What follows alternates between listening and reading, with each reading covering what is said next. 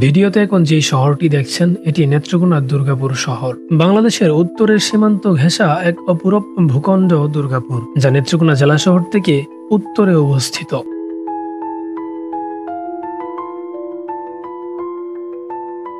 দুর্গাপুর বাংলাদেশের এক লুকানো রত্ন।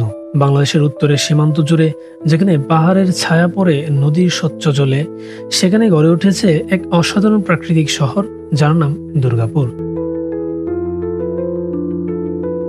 শহরের পাশে এই বালু উত্তোলনের নদীর জন্য এই শহরটি আরো বিশেষভাবে বিখ্যাত। বাংলাদেশে বেশিরভাগ বালুর চাহিদাই এই বিরিশিরি থেকে উত্তোলন করে মিটানো হতো। দুর্গাপুরের চারপাশে ছড়িয়ে আছে চোখ জোড়ানো প্রকৃতি। এখানকার বিরিশিরি, সোমেশ্বরী নদী আর নীল পানির ক্যানিয়ন সবকিছুই যেন প্রকৃতির হাতে আঁকা এক জীবন্ত ছবি। সোমেশ্বরী নদীর স্বচ্ছ পানি ধীরে ধীরে গড়িয়ে যাচ্ছে পাহাড়ের পাদদেশ বেয়ে, আর চারদিকে ঘেরা রঙিন মাটি ও খনিজ জমি।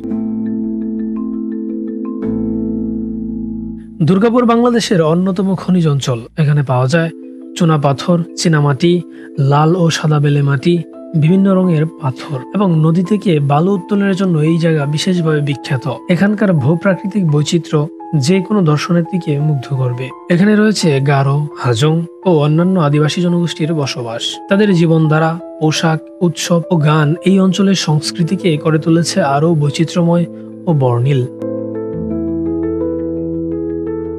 দুর্গাপুর যেন বাংলাদেশের এক টুকরো আদিবাসী সংস্কৃতির জীবন্ত জাদুঘর। দুর্গাপুরে রয়েছে চীনামাটির পাহাড়, যা বিভিন্ন রঙের স্তরে বিভক্ত হয়ে তৈরি করেছে দুর্দান্ত এক ভূপ্রাকৃতিক দৃশ্য।